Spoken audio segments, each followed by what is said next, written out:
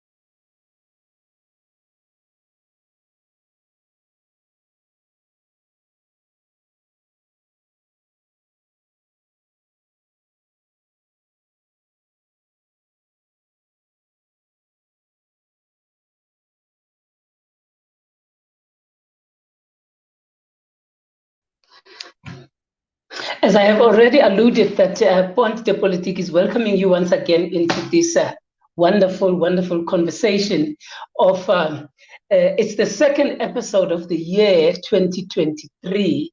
And umntungwa ke njengoba niyazi umalinge uyengwayo Undima Nkumbuzo welcomes you to this wonderful, hopefully this is going to be a wonderful conversation. We are available on Twitter at Pont de Politique. Make sure that you share and you like the work that we do, because we want to grow the community. And also, if you are able to follow us on Facebook, we are equally available on Facebook, Instagram, and also on TikTok.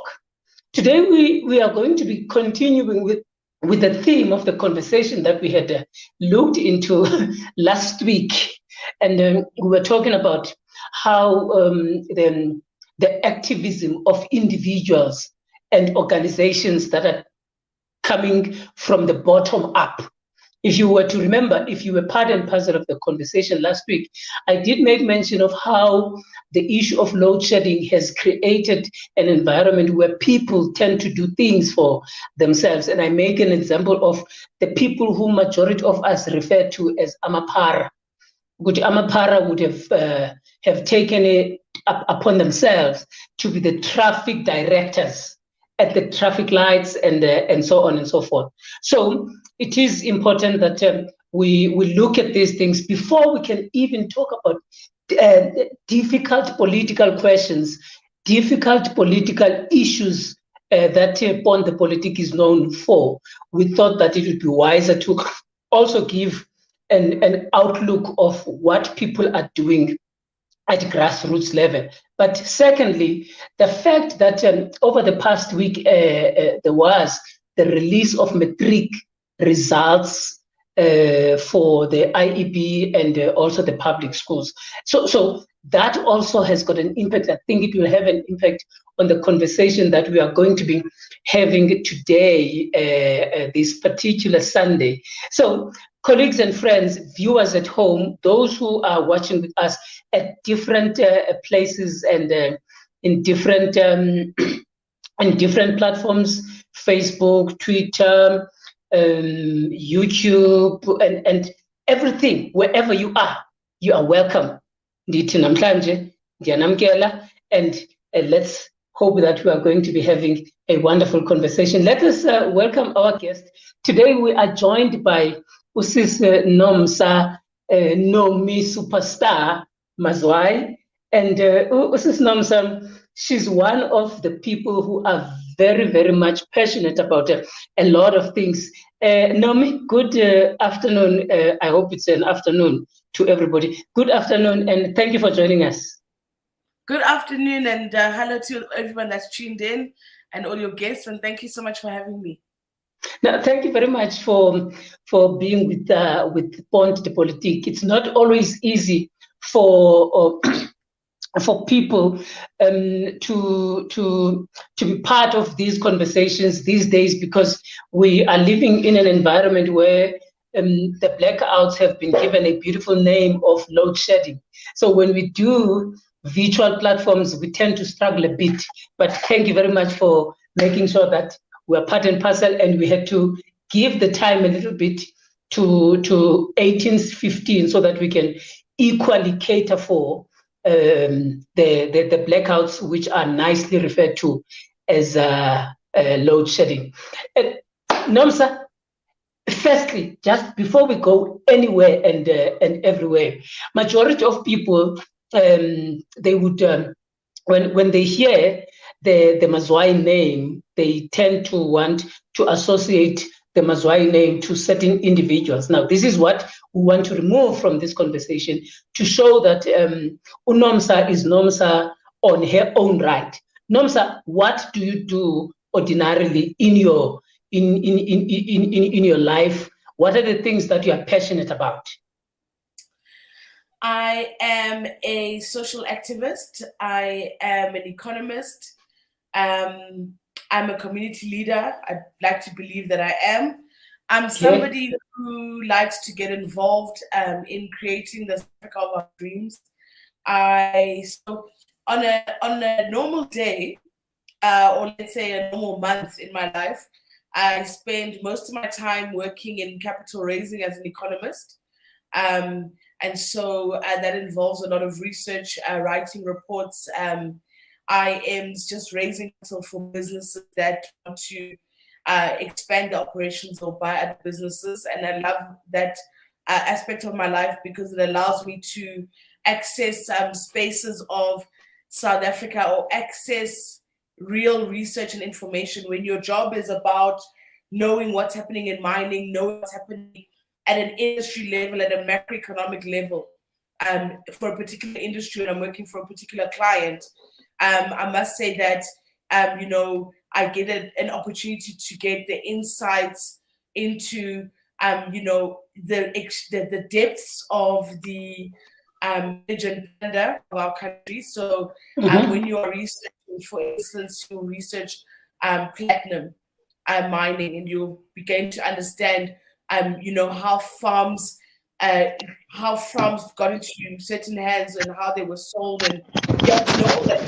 So that part of my life is very economic view of South Africa, and historic. It allows me to spend time getting into the history of specific industries, and that I enjoy, and I like that I'm doing it for work. So I'm learning, but at the same time, to sustain ourselves, we can't just be reading history and not be earning livings for ourselves.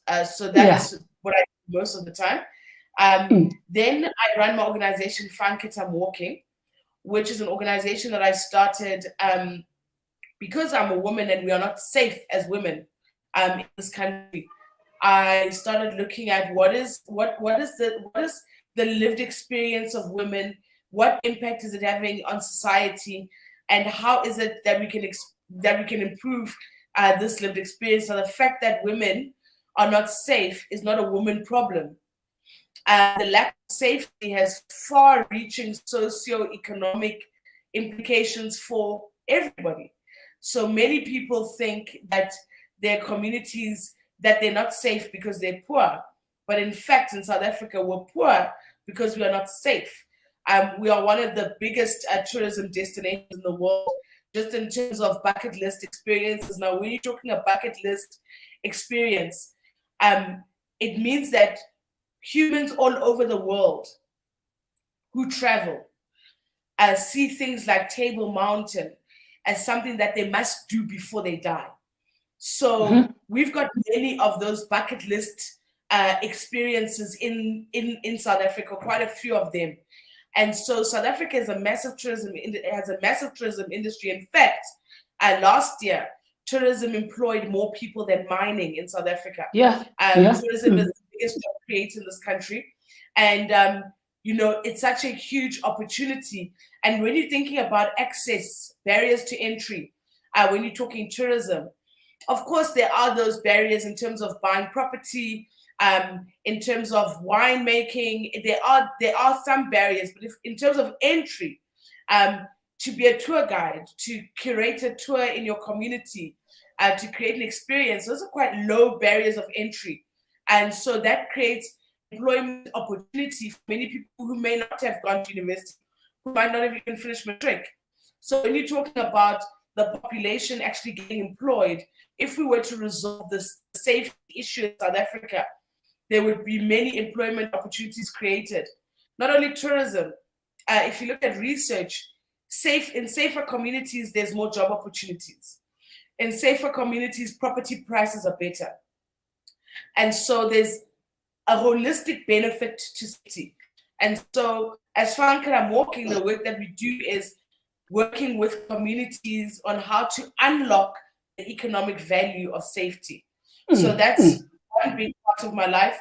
And then once ever so often, I perform as NomiSupasta, but that is what do you say? It's like it's a passion. It's an artistic expression. I record music when I want to record music. It's not how I pay my bills. It's not how I butter my bread. And it's also, I guess, as an artist, I've evolved to the point where, NomiSupasta is not any art. It's not for anybody. It's not anybody's cooking, if I can put it that way.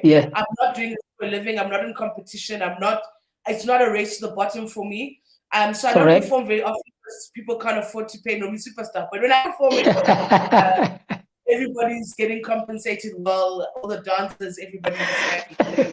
So I do NomiSupasta for those bespoke audiences who can fit the bill. No, thank you very much, Nomi, for that. You gave us a rounded outlook. I'm going to start at the end because it is an important thing so that we can take it out of the way, because we're not here for that conversation. But I think a year or two ago, you've won an award outside of the continent, outside of South Africa. Am I correct? And what was that award about in your artistic expression? Well, I have a South African Music Award. There is an award called Premios Príncipe. So like now it's called Premios Princesa.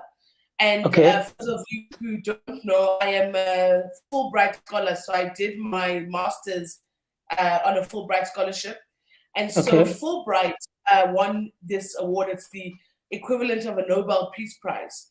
And so because Fulbright is a program for international students, an opportunity to study in the US at their best universities, what they did then was to select a student basically from each continent. And I was the one that went to receive it on behalf of the African student cohort, students of Africa. So that is what I can recall. I must say that I had one of those careers where often it's always funny when I'm writing or when I'm reading a bio. I'm always so surprised. And I guess more recently, finding the ability to be proud of myself. I think we don't get that. We're not proud of ourselves. And so I've had the opportunity really lately to start going through my bios, and there's often so many things I forget. And so they are, because I think in my younger years, I was listening to something on TikTok, and they said people who have low self-esteem are prone to being overachievers. And for a very long time, I did have a very low self-esteem. And I was listening to this thing, I said to myself, that's probably why I felt this need to always keep going, keep achieving, keep it. So often, my life, looking back, I've been going through some self-healing. Looking back, most of my life was quite a blur, just because I really wasn't present in those moments. I've performed at the United Nations General Assembly, and that I just was so surprised. I was looking through my bio, basically my rate card for bookings, and I thought, wow, I've performed at the United Nations in the General Assembly, and this is not there. So I know that it might sound crazy to a lot of people, but when you are living, I had gone through some kind of a trauma in my childhood, and so that trauma created a low self-esteem, and that low self-esteem wanted me to keep proving to the world that I was worth it. And so I just kept doing all of these things and just wanting to be the super achiever. And I look back and lots of it is a blur, but thank goodness that, that was I'm very grateful that was what I did that in that situation, because of course now the CV and the bio remember. and hopefully all of the things that I did in my earlier life will open new opportunities for me that I can be present for. Yes, and I guess it's probably something that many people tend to not realize about themselves, the elements of trauma and how trauma pushes them to certain levels. So thank you for opening up with that understanding. Now let's go to the issues of your activism, and we are going to run straight and ask, why did you decide to start this movement, #FunkItI'mWalking? FunkItI'mWalking, for the viewers who are watching, and as we are having the conversation, you can ask questions to Nomi, you can send your comments, we will be able to ask her as well, because it's part of the conversation. The organization itself, it as you have said, it aims to make the streets of South Africa safe enough for women specifically at any time of the day. And you are working with the local CPFs and the police through your social activism. But also at the same time, you also include and working with vulnerable groups such as women and LGBTQI plus communities. But also at the same time, I've seen you working with the schools, painting schools and so on and so forth. Now, what drives you to, or what drove you to be involved in these fundamental organizations and these movements that are helping to change, firstly, the life of a Black woman in South Africa, and secondly, the life of the Black child in South Africa, especially with your most recent work that you have done in Soweto? So when I started FunkItI'mWalking, it was around 2013. And when I started the organization, it was after I had studied in New York for 2 years. I did my master's in New York at Fordham University for 2 years. And then I went on to a residency in Newcastle, which I did, thank you to an organization that funded that for me. Now, when I was in Newcastle and when I was in New York, I could walk. And walking, for me, is one of the great democratizers. No matter what the opportunity, I could access that opportunity. I was living in New York. I remember I had $2.50, and I had $2.50, and one ride on a Metro card. And I got called from Sony. I got a call from Jay Savage from Sony in South Africa, who said, Sony New York wants to meet you. NomiSupasta can go, right? I'm in the middle of the Bronx. I have no idea how am I going to do this. But because of the ability to walk, I was able to go to that interview. I was able to get myself to that interview. Even though I had so little money, I was able to get to the interview and get back to the interview. And of course, I had to be resourceful. I had to carry my makeup in different ways because now I was going to sweat and all of that. But the opportunity itself was not lost because I couldn't afford to transport myself there. I see. And so I like that about that. For me, that day I thought to myself, would I have ever been able to come to this if I'd been in South Africa? The answer was no. Then when I was in Newcastle, it was after I'd come back from New York and I had been in South Africa for a while and I'd been a bit depressed because, when you come back from your master's program, you think, well, South Africa doesn't have jobs. I'm definitely going to be employed. And I wasn't employed. And so I was in kind of a depression at the time. And then I got this residency to go to the UK. And all of a sudden, my spirits were lifted. And I said to myself, walking is also very good for mental health. And so I got back to my accommodation in Newcastle, and I went on my Facebook page, and I was talking about how powerful the ability to walk is, and that you can access opportunities. And not only that, it's so good for your mental health and just so good for your health. And I just went on my Facebook and said, when I get back to South Africa, never mind the fact that it's not safe, fuck it, I'm walking. Okay. Now I get it. Somebody wrote on my Facebook, this is such a great campaign. It's just a pity that fuck it, I'm walking is not going to be picked up. And I said, okay then, fuck it, I'm walking. So that's how Fuck It, I'm Walking was born.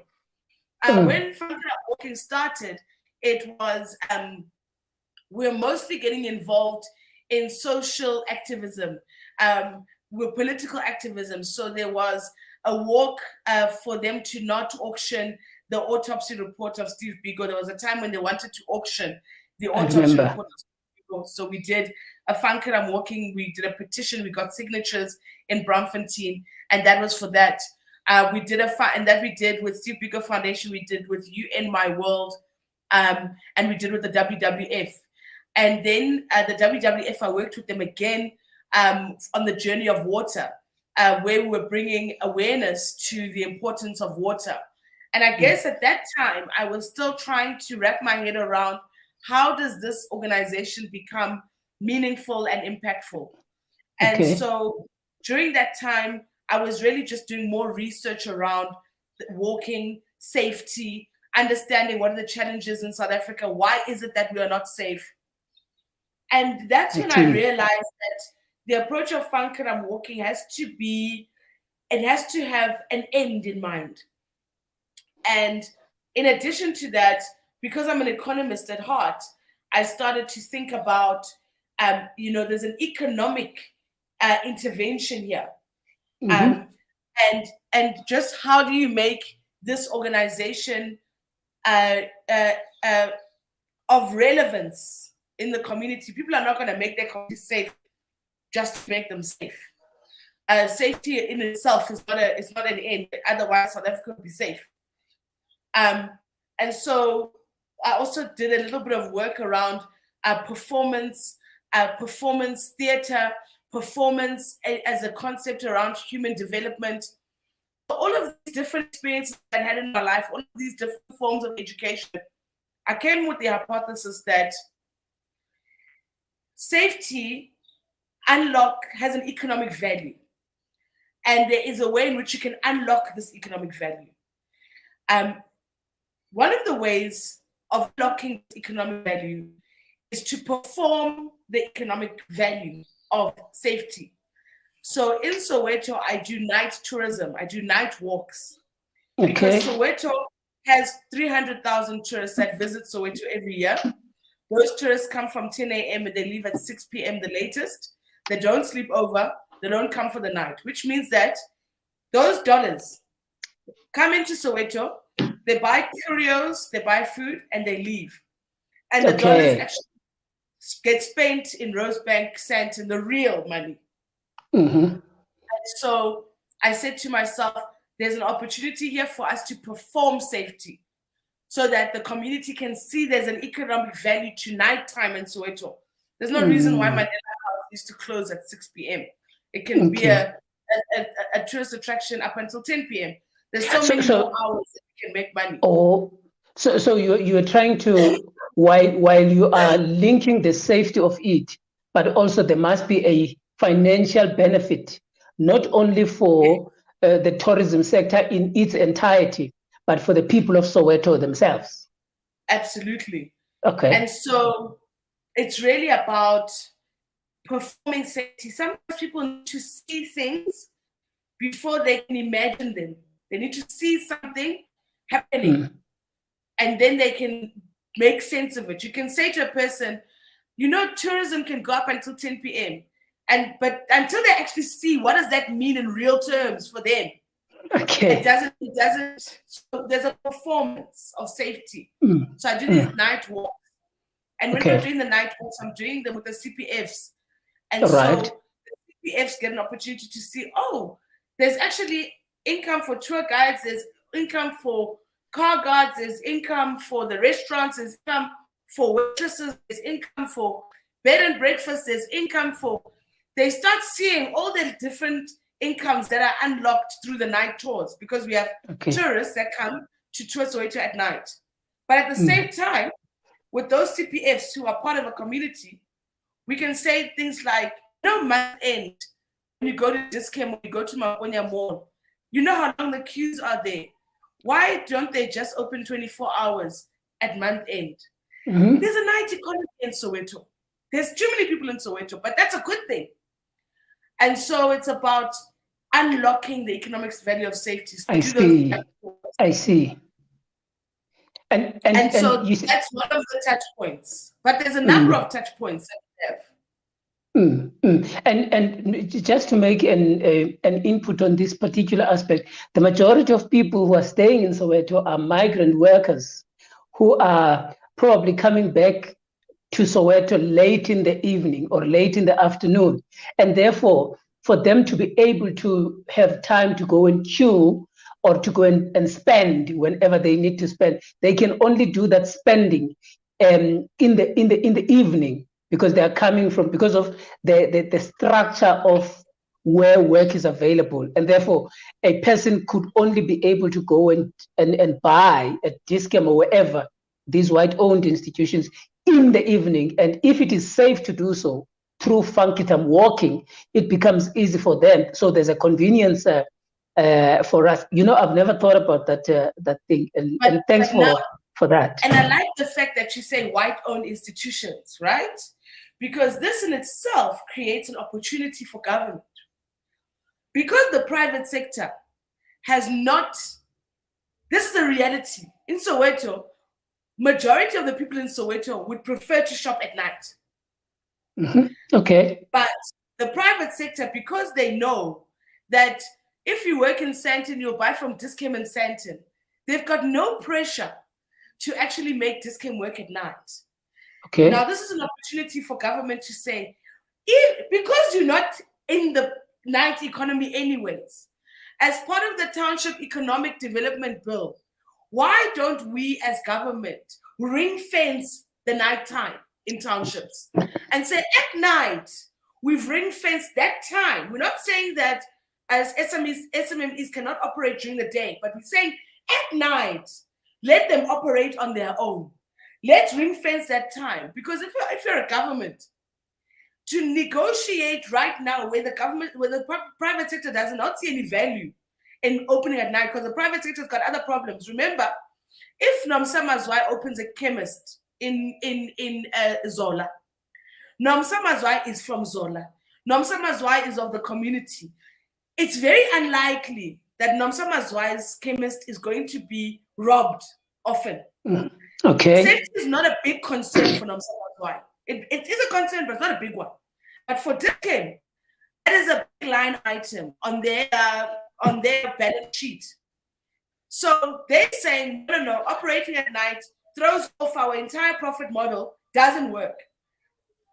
So they don't operate at night. But there's an opportunity for government to say, let's ring fence that time for SMMEs. Let's put SMMEs with good policing, good public services. But there's an opportunity now for an independent chemist to be a 24-hour chemist. Okay. And if Soweto were to be the leaders, because Soweto has got a big population around. Yes. So in terms of being a going concern and running a good chemist at night, you're profitable. And if you're able to run at night, it means that even if I'm sitting in Melville and I need medicine, it's not unlikely that I will say, let's just drive out to Pimville. There's a pharmacy here in Pimville, and then we can get. So we're starting with the tourism because it's something that's easy for people to understand. But the concept is, why is Soweto not a 24-hour city? Okay, why I see. we not unlocking the economic value of the nighttime? And if Soweto was the safest city in the country, it would have a thriving economy where everybody would be employed. Well, a majority of people. But I look at and I'm trying to comprehend what you're saying, and I look at the particular aspects that you spoke of, the lack of interest from the public, from the private sector to open up and function in the evening, but also the government not ring-fencing that time for SMMEs, and also the issue of the lack of, I'm using lack because of a lack of a better word, the lack of a proper policing with community policing forums in Soweto specifically, that create therefore environments where people would say, "Ka unomsa esithi, no, make Soweto safer so that there could be a nighttime economy." But abantu xa bethetha ngeSoweto bathi, no, the black communities are not safe. When you actually are saying, create a safer environment, once it is safer, then at least it does make sense. Now, for me, it is, what pushbacks as the organization have you identified from these particular elements that you've already spoken about? I'm talking about the police, I'm talking about the CPFs, I'm talking about the private sector, including the government, small business department, or any other. What type of pushbacks have you received as the organization, if there are? But also, what are the positives that you have received in your program? Well, I'll start with the positive. The positive is the support from the community policing forums. They are participating. They're involved. In terms of the CPFs, I have very good relationships with the CPFs. In terms of the local councillors of any political party, but the local councillor, if it's an active councillor who's involved, I don't meet the ones that are not active, but the active councillors, there's been no pushback, there's been no active sabotage. I would say also individuals, high net worth individuals that are able to see the vision have been very supportive, just in terms of enabling us to activate some of our activities. For instance, when we do the school cleanups, schools are an important part of communities. And if you get safety right at the school level, you're having quite a big impact on the community. That's why I said there's many touch points. We do the night walks, we do cleanups on Saturdays, we do the school activations, we do the parks. Lots of different things Funkaram Walking is doing to attain the safety. So from that perspective, we've been very well supported.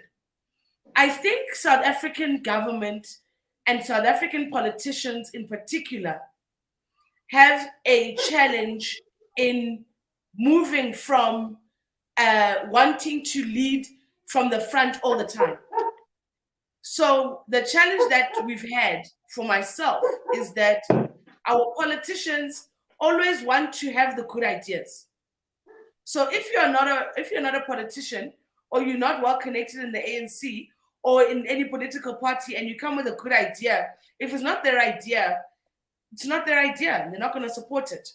So our politicians don't have a way of pushing good ideas from the back. Now, if you look at the presidential employment stimulus program, from the president's office, there seems to be an effort to say civil society are doing things. How do we enable them to continue doing their things? Which is great. But at that level, the president wants us to create 1,000 jobs. There's a big gap between the person who's creating 20 jobs, which is me. And now you're saying to me, if I want to access funding for what I'm doing, I need to take my model from working with 20 people and make it work with 1,000 people, which is possible because it's a good possible, model. yes. But it's also setting me up for failure because working with it's such a big human, you talk about human resources. Yes. Managing people is not an easy thing. I have personal relationships with the principals and the chairperson of the SGB. And so now you're saying to me, I must have personal relationships with all the principals. Everybody else. 24 hours in a day is not enough time. So what happens? You give Funker, I'm working 6 million. I can't speak to all the principals. Not every school activity goes well. And then it's like, oh, you see. So I think there's this missing middle where provincial government and local government are not playing because mayors, mayors, they do cleanup campaigns and they are the ones at the cleanup campaign like, communities are doing cleanup campaigns all the time.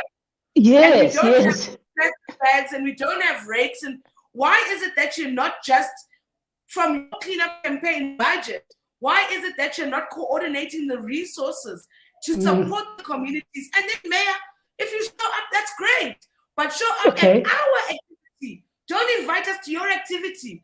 So it must be a community. It must be a community-based task. That's what you're saying. Exactly. And so we have that challenge.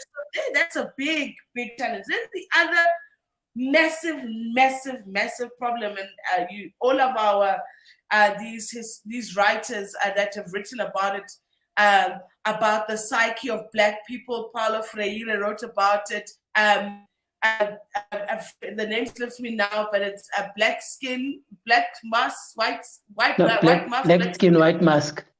Yes, Frans Fanon. Concept of Frans Fanon. There's so many, but many people have written about this phenomenon of what happens when you have been oppressed in the mind. That is by far the biggest challenge. Okay, I see. Black South Africans have a very low self-esteem. And we also have an inferiority complex. We cannot believe that we have the solutions. And so when somebody comes with solutions, we get irritated.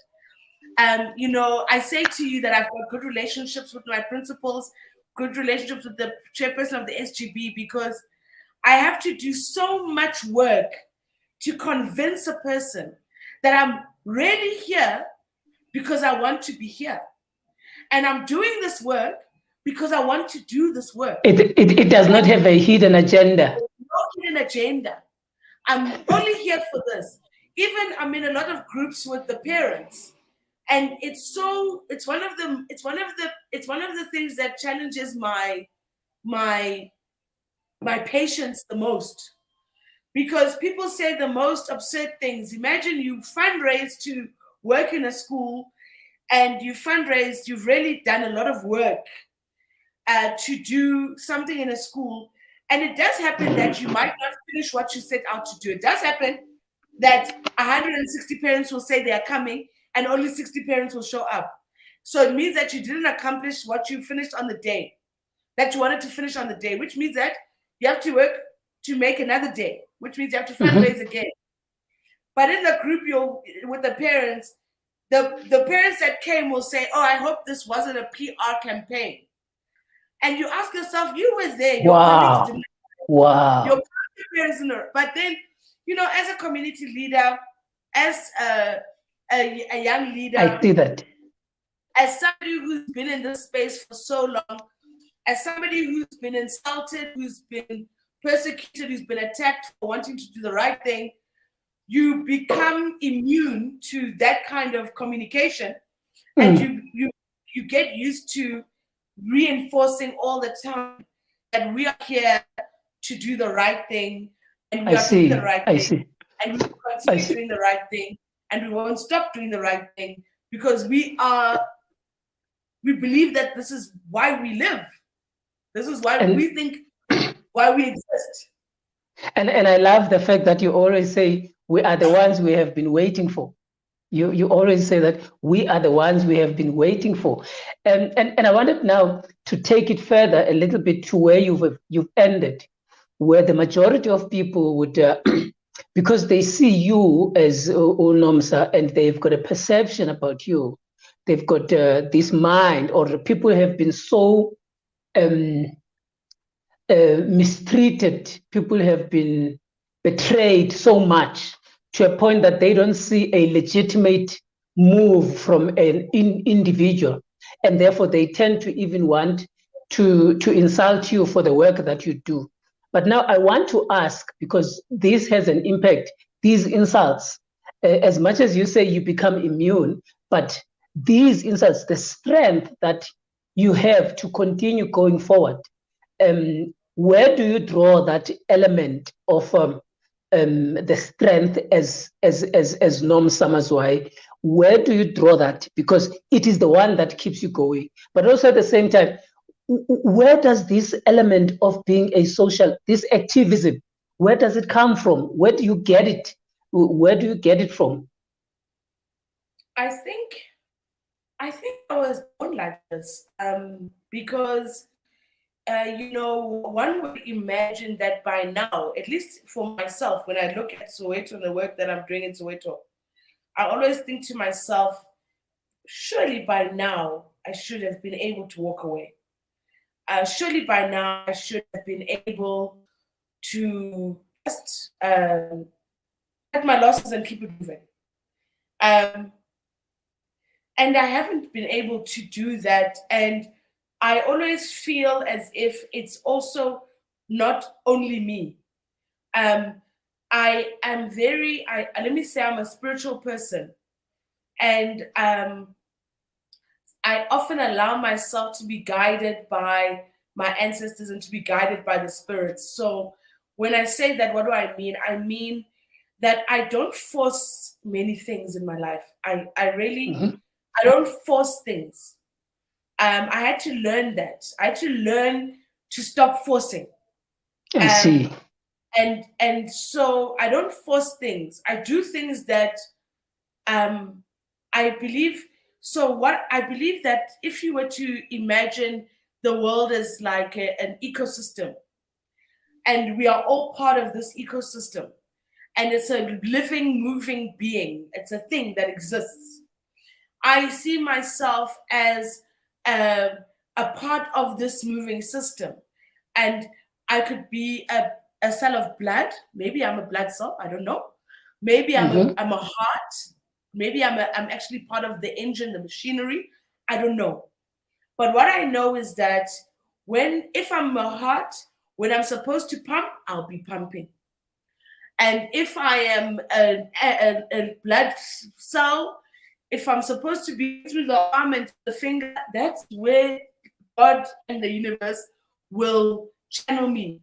And if I'm not supposed to be there, it'll be difficult. For instance, if a body is dead, even if the heart wants to beat, it won't beat.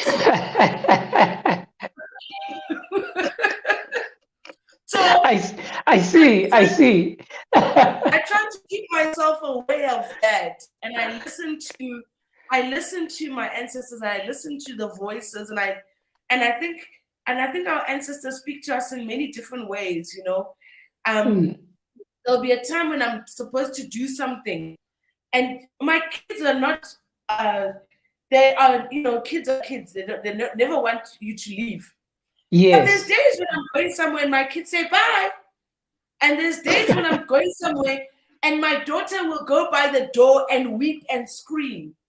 And when she's weeping and screaming, I sit to myself, am I really supposed to go to this place? I see. I listen. I am mindful of what is going on. If I'm going somewhere and on my way there, I trip 3 times.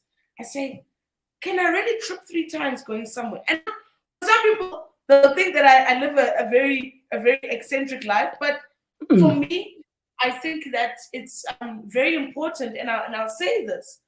You know, I've been going through quite a very deep depression, like a deep, like just sadness.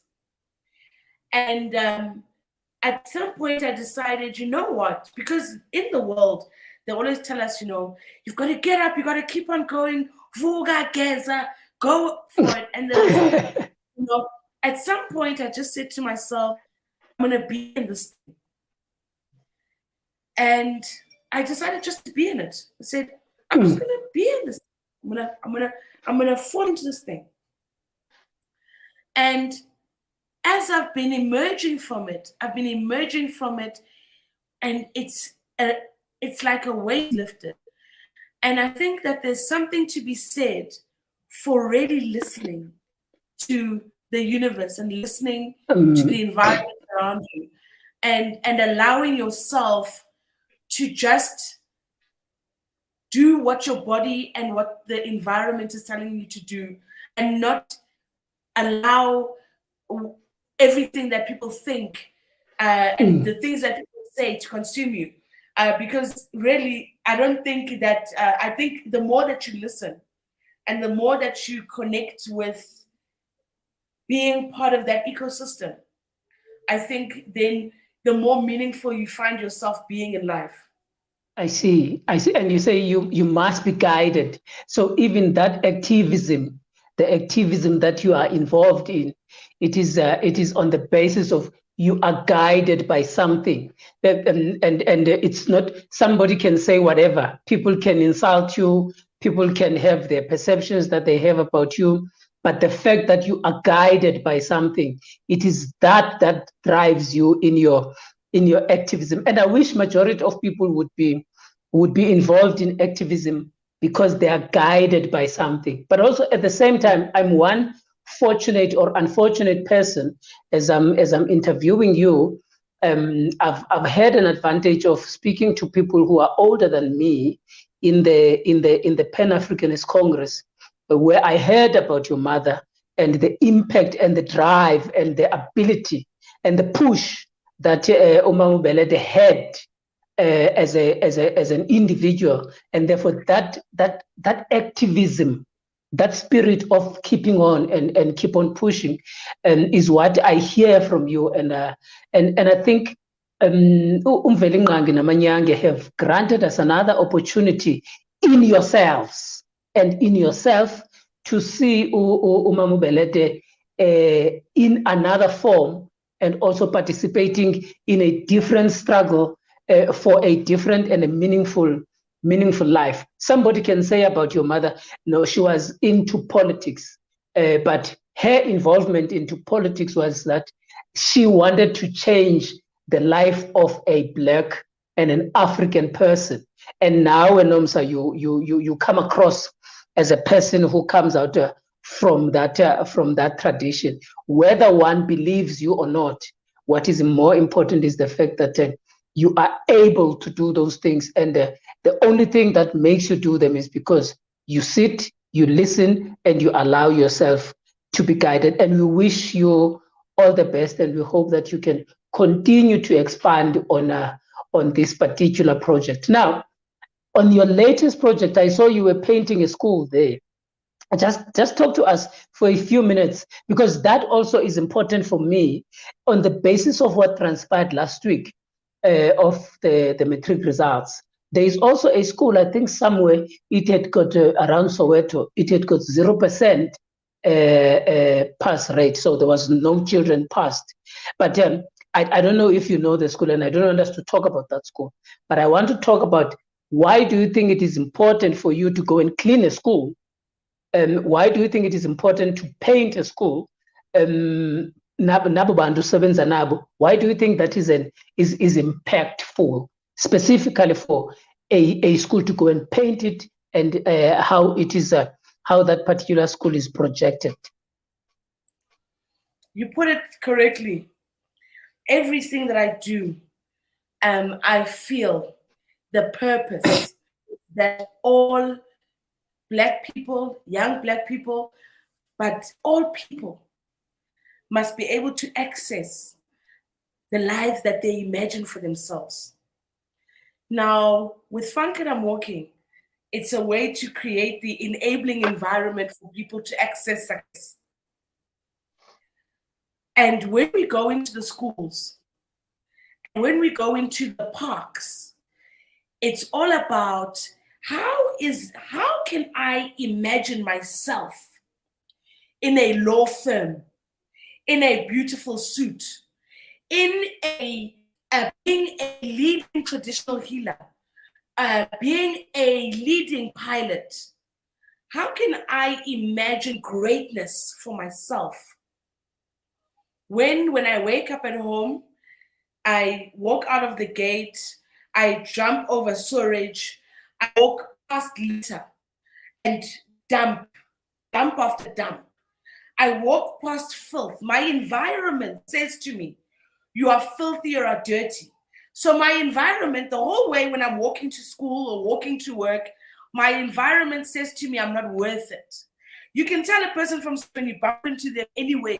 When you bump into a person when you're in Sandton City and you bump into somebody from a township, you can tell immediately that they're from a township because they're so angry, because they are so frustrated, and because they don't believe they are worth it. They're the people that will start a fight in a McDonald's, in a hair salon, in a whatever. Do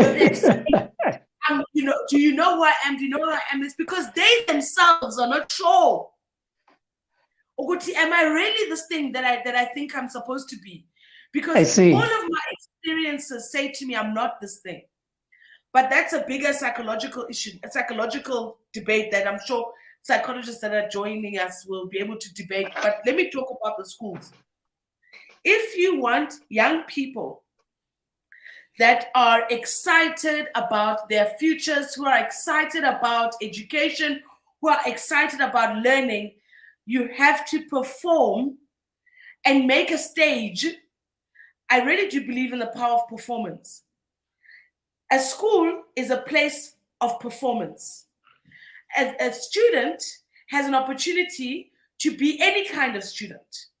Now, if your school looks like a slum, you've never seen an A student in a slum. Even as a child, you can't imagine that. When you look at A students, they go to nice schools, their schools are painted, their school is pretty.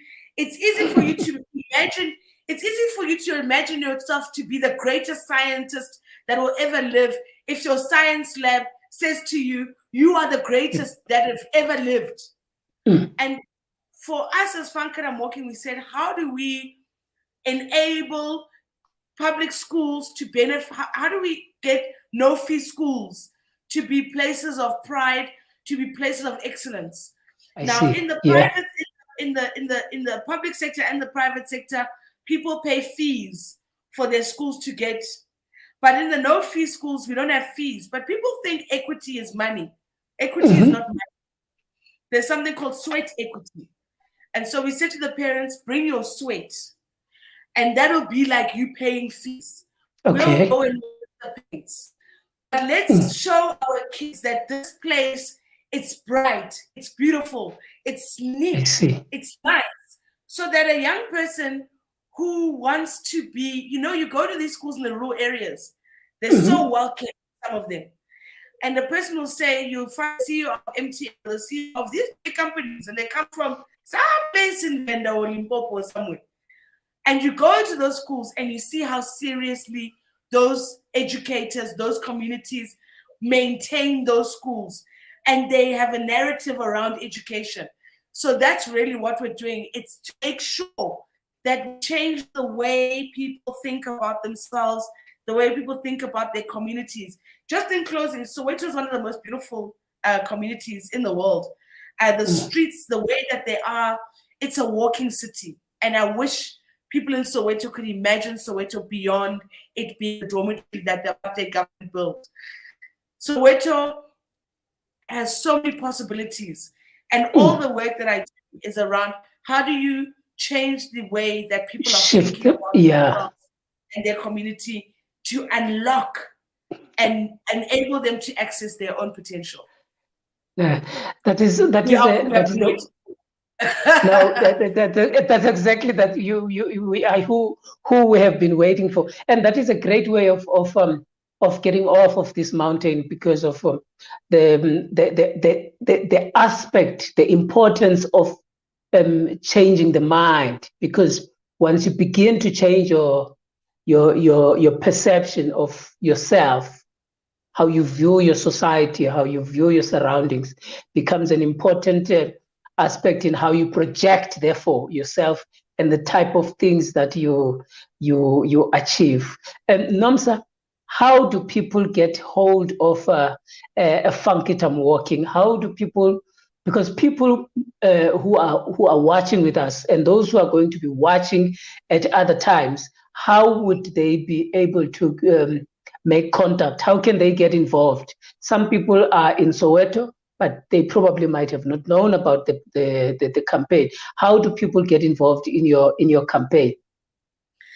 You just watch our social media. It's at Funk It I'm Walking. I'm also at NomiSupasta, as well as at Nomsa Mazwai. But you follow my pages, and we are forever posting. We also have a website for you to get a holistic understanding of the work that we do, funkitamwalking.co.za.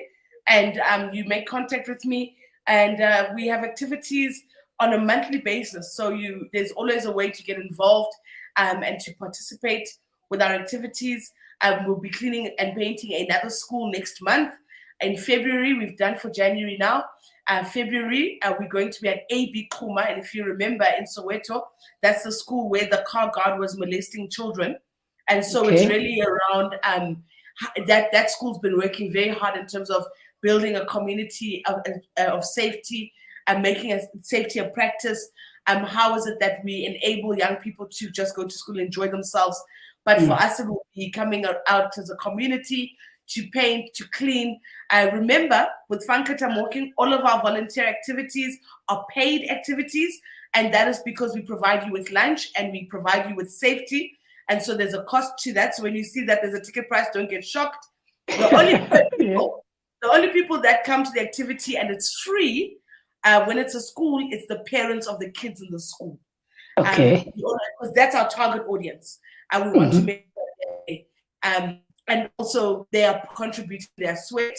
But then for outside volunteers, you know that volunteering is one of those things that you benefit from as well. So that's what we do. And then, of course, if you want to be a funder of the organization, then you go to our website and then you just reach out to me direct. Our number is 079-821-4438. That's 079-821-4438. And then we'll have a conversation around how it is that you can support the organization. But that's what we do. No, that's a wonderful work. And please, for the next program, make sure that you inform us so that we can be part and parcel. We can bring our hands, we can bring our sweat, and be part and parcel of those conversations and those activities as well. On Ponte Politique, it's not very. We tend to be a more untraditional platform.